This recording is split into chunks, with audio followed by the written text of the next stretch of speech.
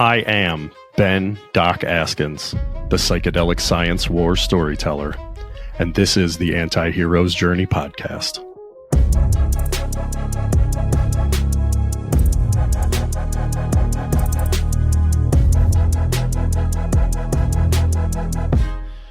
What's up, all you anti-heroes out there? Doc Askins here with another Q5 podcast for you, where I'm asking my guests my 5 favorite preparatory questions that I usually use in ketamine-assisted therapy contexts. Today, I've got a treat for you. The guest I've got is Dr. Sarah Bliss Matousek. She is a neuroscientist and public health professional with a passion for finding solutions to societal challenges in mental health, substance use, and homelessness. Her work has largely included health system transformation efforts in the U.S. and Haiti. Sarah, welcome to the podcast. Thanks. Let's kick it off with question number 1. What is your story?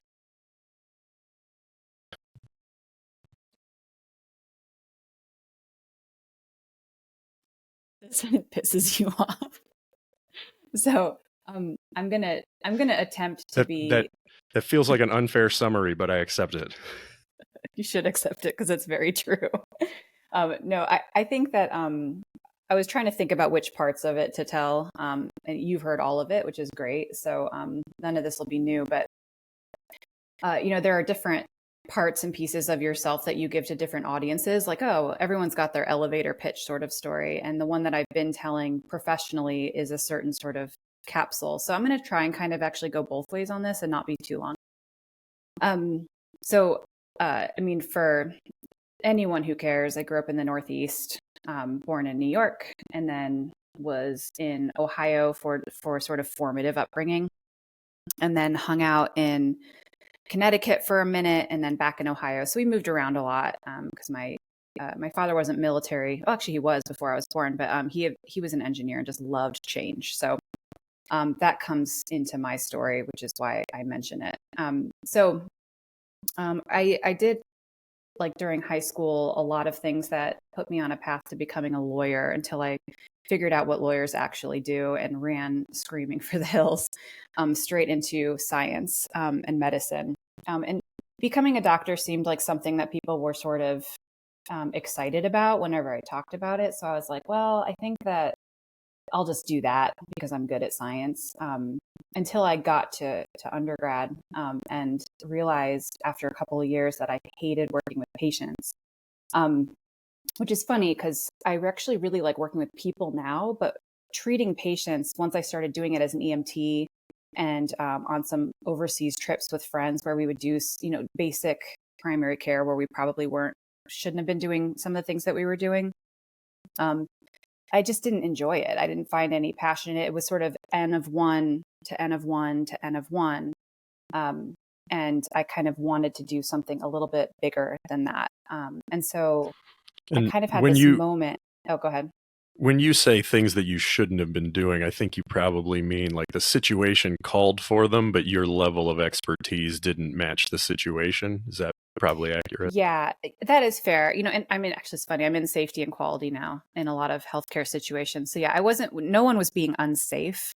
But I think there was also a lot of somebody needs something and there is no qualified healthcare professional around to give them what they need. And I have access to this prescription drug that I know will solve this problem. And so, we would dole out some meds and different things. It was very safe, but sad actually. So yeah. So I didn't enjoy that work. I really started to enjoy the public health work aspect of what we were doing overseas. And so I had in the back of my head that I might eventually want to go into public health. And I did, but it took a really long time to get there because, I just happened to hang out in an advisor's office. I think, maybe junior year of college. And he was sort of like, well, maybe you could, go get a doctorate.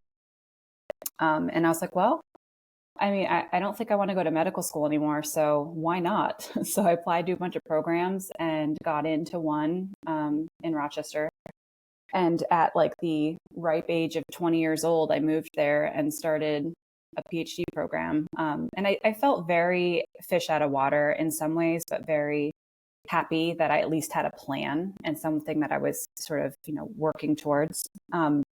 Because what you can do in those programs is you can stop at a master's and just kind of hop and go do something else. But the reason it was so attractive is because it is working towards something that, is useful in the future for a couple different things. I'll get into that in a second. But the other reason is that they pay you to go, which is something I keep trying to tell everyone that doesn't know about it, is you can go and get a PhD for free. And they actually will pay you to live. It's not a lot, but it's enough for, a 21-year-old to live. And they cover your health insurance and all these different things. So like medical school is going to put you in about $100 to some $500,000 of debt. And you could go get a PhD and it's free. You could get an MD PhD and it's also free. So just so you're aware. Just a little Easter egg to throw out there for anybody that's interested. I know. I just, I wish that we would be teaching some of these things, like practical fields that you can go into that don't put you into like the amount of debt that I've seen some of my friends get into. So anyways, I knew twist story plot change here. I knew about the first minute that I stepped on campus that I wasn't going to be a scientist long term. What's funny is I am a scientist and always will be, but I wasn't going to do the traditional route that most people take. It was pretty unattractive to me, get a doctorate I was a neuroscientist, get a doctorate in neuroscience, write a bunch of grants, get a job at some university, have a lab, eventually attempt to get a tenure track professorship. Then you'll be teaching and you'll be running a lab. A lot of people do that and they're wonderful at it. And I'm really happy that they're doing what they're doing, but I never felt like that was going to be my path. What's funny is that at the time I didn't know what it should be if it wasn't going to be that, which was really concerning. So basically, I landed in this lab with like fortuitously divine oriented, whatever it was, with this mentor who, probably changed the whole course of my life, but was also really welcoming to me as a scientist that wasn't going to really be a scientist, if you will, like very open to chatting with me about other options, industry, or, kind of was talking me through all the different things that you could do if you had this skill set and this knowledge. The other thing I did while I was there was teach, which is what most graduate students do. And I really enjoyed that. I always have, I always will. And so the thing that propelled me to finish the thing over 5 or 6 years was I can eventually teach college or graduate students and just do that. That's an option for me. And that was what I think kept me going day in and day out when I wanted to quit basically on a weekly basis. I loved the work. I loved the science, but I will say that when you are that out of control of the outcomes of the work that you're doing, it's very frustrating, especially for a control freak like myself. You can design and plan and create hypotheses all you want, but if you don't know the answers to the questions that you're asking, actually, things can go wrong and you don't have any control over that. That was really challenging to me, or for me, in science. And it's why I knew that I wasn't going to be doing it long term. As that same PI said to me, and I think this is really useful for like anybody, if you really love what you're doing when it's going right, that's great. But you have to love what you're doing when it's going wrong in order to continue doing it. And that was never the case for me in this particular field. And so I knew I needed to kind of figure out something different. Which I did. I mean, it just took a long time to get there. I did finish. I moved to Boston. I did a postdoc fellowship at Harvard. I continued to feel like this wasn't my path, but I just was doing it because it worked out. And then I hit this point where I was like, okay, time is now to quit and like put this aside or away for a minute and go actually and do public health. And that was a really relieving, life-giving movement or shift change for me. So I went over and hung out at Boston University for a couple of years and did a master's in public health. And that was so fun. I mean, the difference between the two programs was stark. It wasn't that I hated the first and loved the second. They were just very different. The second was very practical, lots of project-based work, lots of thinking about idealism and, big change on systems and state and country and world level, which is exactly what I was looking for. So, the way that I describe it to people is that I moved from feeling like all of the work that I was putting in was a drop in the ocean of the scientific knowledge community. And that is absolutely necessary. People have to be doing that. And I read it all the time, and I use that information that other people are slaving away to create all the time. But for me, it was much more life-giving to move into something that had a little bit of a greater impact, like public health. And what's really kind of fun is that since then, I've married the two together in pretty unique ways. And I think what I'm about to do now in this next sort of chapter of my life is this really cool amalgamation of the two things together. I just didn't, couldn't see that at the time because, hindsight.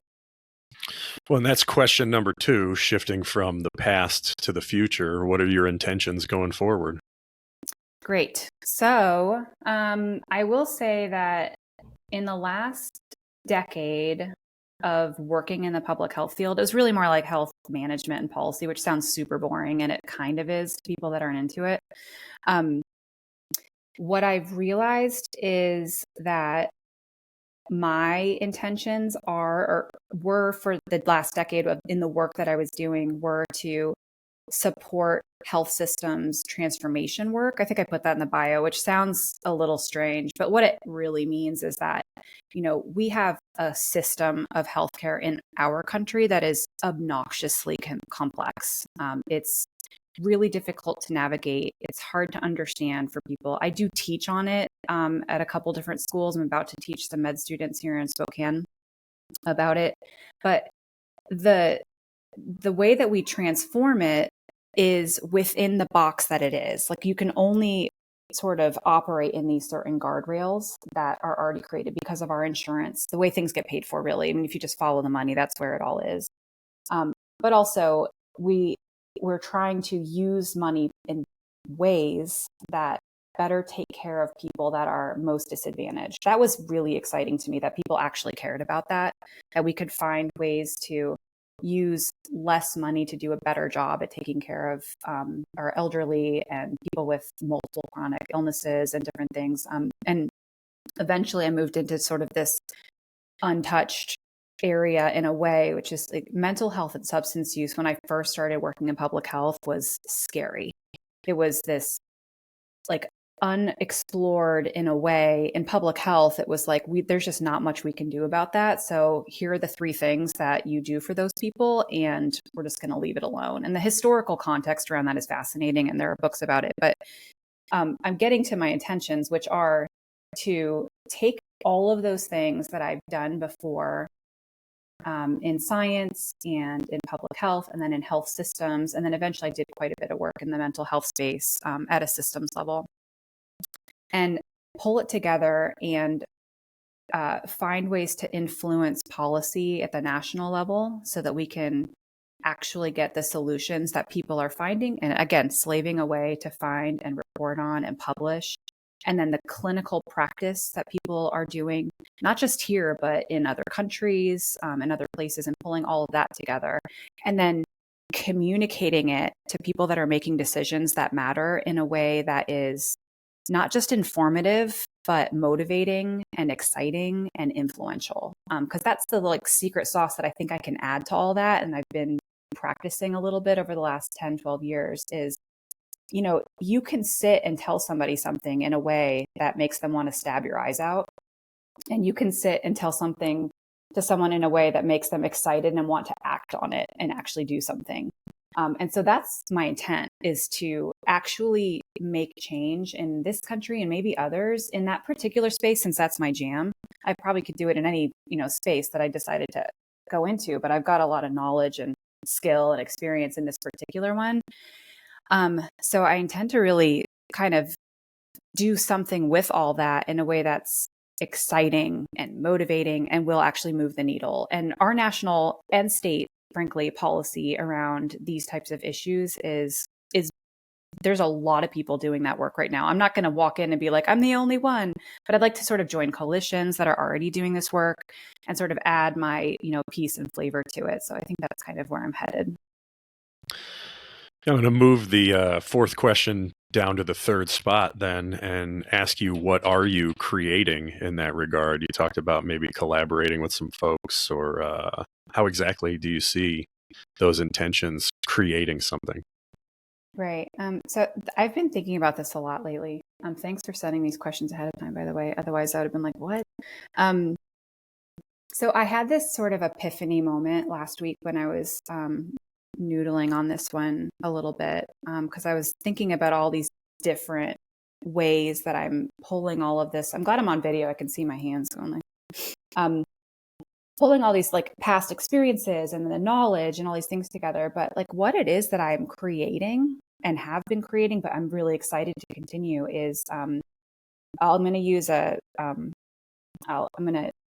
metaphor from my neuro background. So our brains, when we're babies, are made up of just a mess of connections. I mean, they're just, everything's connected to everything.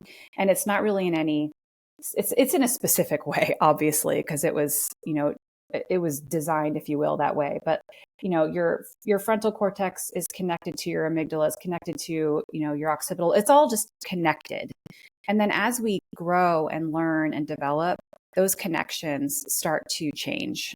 The ones that are important and used get strengthened and thickened, and the ones that aren't get sort of winnowed away, and then that material is used elsewhere. And so you end up with, by 26, this really intricate, like beautiful grouping of connections all over the place that are meaningful. They actually mean something. And so I think that what I'm trying to create and have been really for a long time are connections.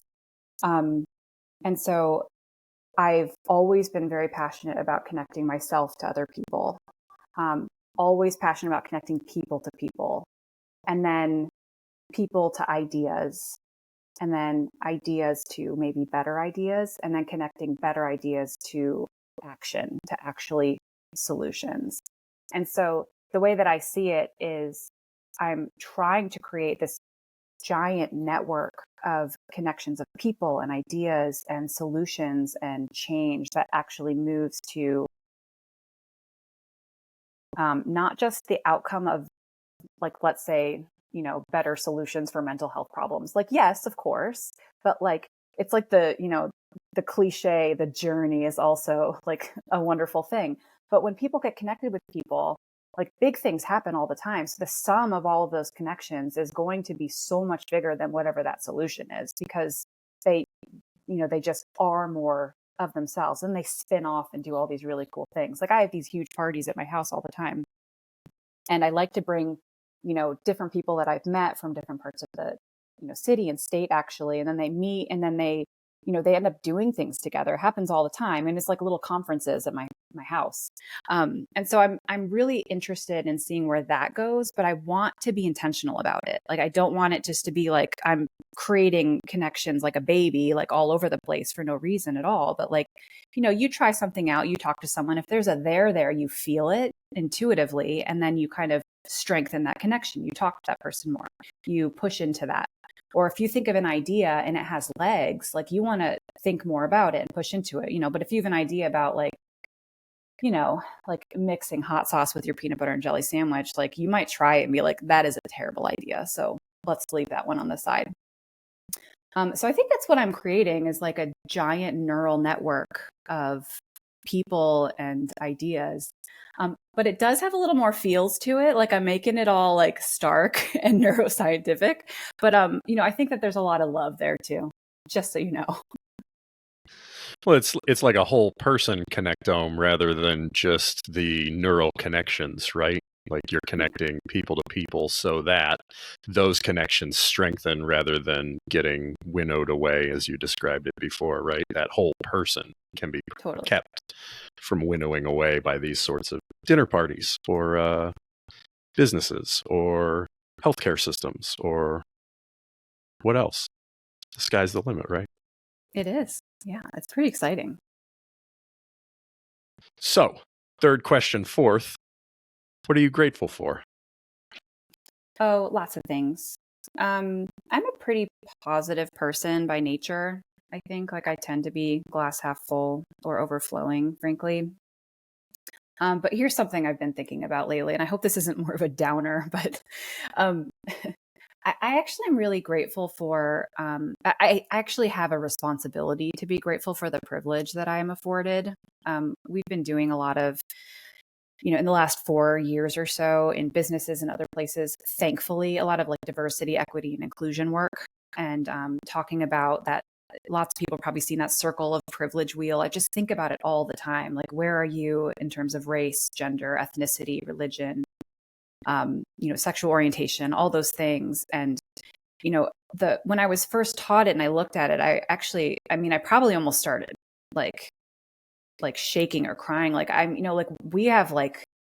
have every single one of the privileged items on that list except for being a woman. And that's the one I'm always like yelling about, like, no one's taking me seriously because I'm a woman.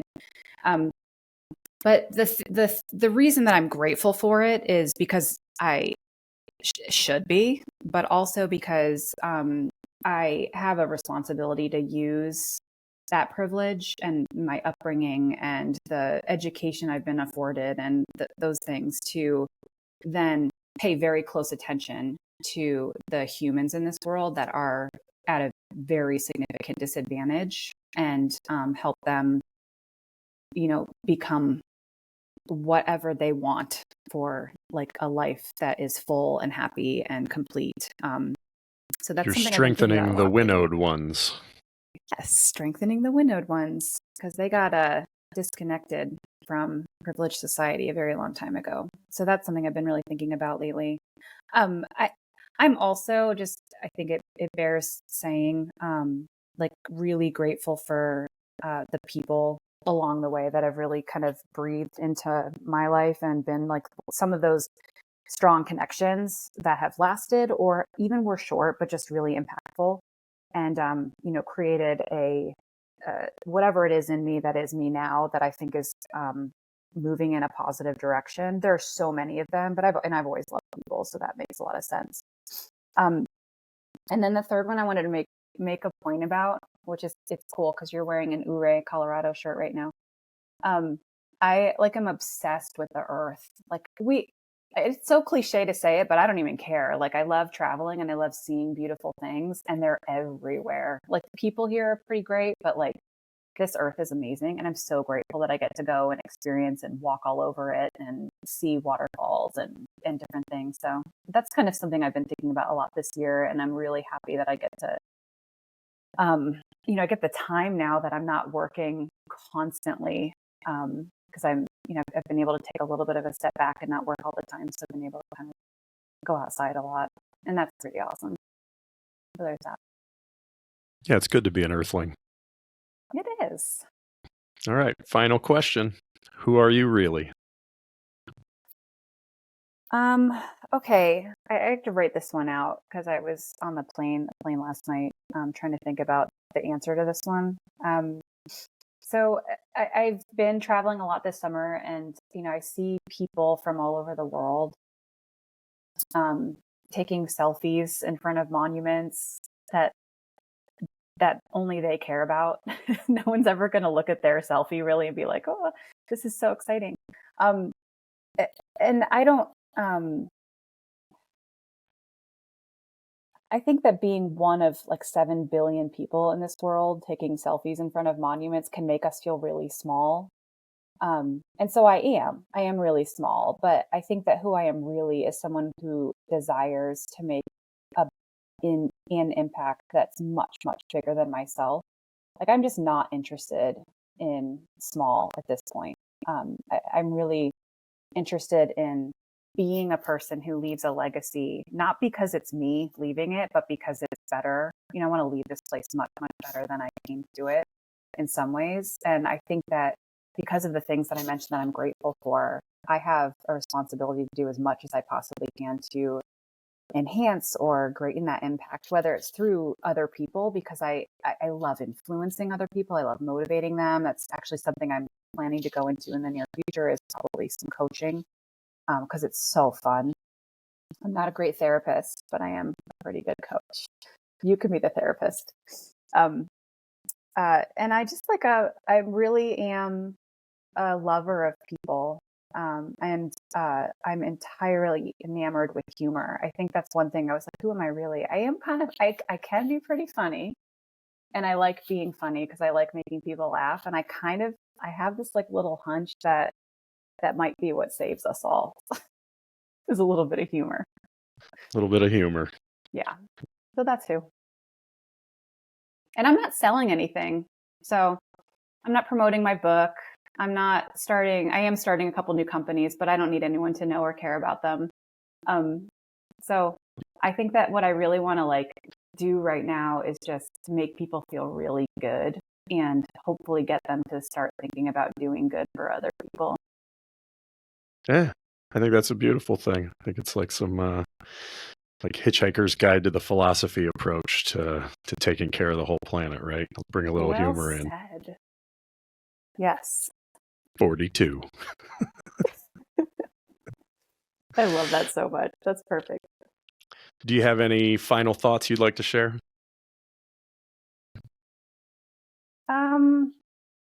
It's funny you said you were going to ask that and I forgot about it.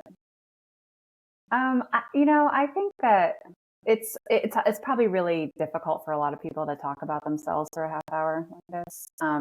It's not fun for me either. However, I do think that I'm getting better at just sort of owning the things that I've done as, pretty unique to me, and getting excited about future possibilities and all the things that we can all do together. Like, we have such a cool network of people that from college, I know you from college, I have people from grad school, I lived in Boston for 10 years, and I now have people all over the world just from that experience of living there. You in the military, like the people that we have in our spheres, that bounce ideas off of each other and talk to each other are really exciting. And I am increasingly trying to pull in folks from very different backgrounds, different religions, different philosophies, different political views, God forbid, to make sure that I'm keeping myself from becoming insulated in a bubble of thought that's not varied or true. This is going to be longer than I expected it to be, because here's the thing. Living in Boston for 10 years, we had this, I worked in healthcare consulting, and at a fairly left-leaning type organization. And a lot of the work that I do, tends to fall on that side of the aisle in a lot of ways. The public health does, because it has a lot of redistribution of wealth kind of concepts behind it. And so for a decade, I lived in that world. And then I was suddenly kind of challenged by two things. One, 2016's election, I think, was very eye-opening. I didn't understand or think that there could be a world in which more than even close to half the country would kind of lean one way over another. It was very surprising to me that 95% of the country weren't like Democrats, which is so silly to say out loud. But I mean, when you're just living and operating in one environment with a certain group of people that all think the same way as you, that is where you're at. And then the second thing that pushed it even further into the other direction in a good way is moving to Washington State. And not just, Seattle is very blue, but Spokane, Washington is pretty purple. And if you step about 3 feet outside of it, it's extremely red. And that has been wonderful. Like meeting people and hearing their stories and what's important to them and what their priorities are. I love it. I think it's fantastic. There's a lot of, there's a big Air Force base here. So there's a lot of military. It's just so unique.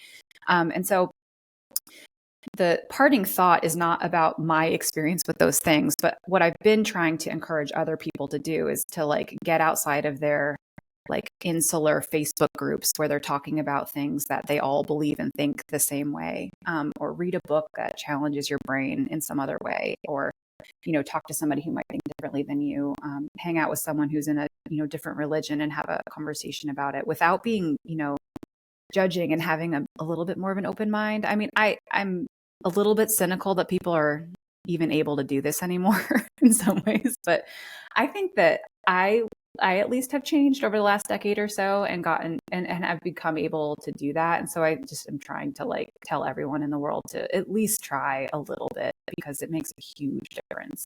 And we can get so much more done if we're not just, like hanging out behind our barricade, like chucking shit bombs at people who don't think like we do. So there's that. Yeah, like Rocky Balboa says at the end of the fourth movie, after he defeats the Russian super soldier by letting him wear out his fists on his face, he says to the Russian crowd, "If I can change and you can change, anyone can change," right? Yes. What a great one. Hearing you describe everything at the end of this podcast here, I think I'm going to think of you and the work that you're doing as like the brain-derived neurotrophic factor of public health systems. I think you're the BDNF in that network. BDNF PH. Yeah, there it is. Yeah. Oh my gosh. I like it. I think you can use that. You can use that one for free. I don't need it. I already wrote it down. Nice.